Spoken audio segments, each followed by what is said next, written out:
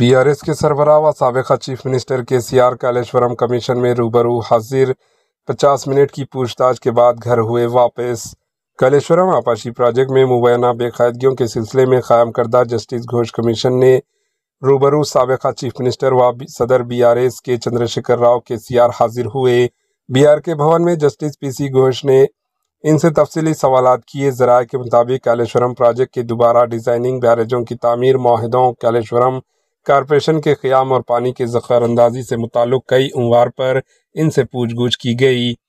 KCR के हमरा 9 दीगर BRS लीडरान को भी BRK भवन में दाखिले की इजाज़त दी गई। KCR ने कमीशन की जानिब से पूछे गए सवालात के जवाब दिए और कमीशन को 200 सफ़हात पर मुश्तमिल एक रिपोर्ट भी पेश की, जिसमें कालेश्वरम प्रोजेक्ट की तामीर से मुताल्लिक़ तफसीलात और दीगर शामिल हैं। तकरीबन 50 मिनट तक KCR कमीशन के पास मौजूद थे।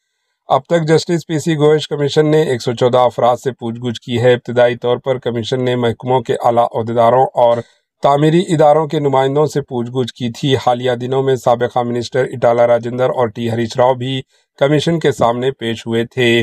Bureau report, AHN news.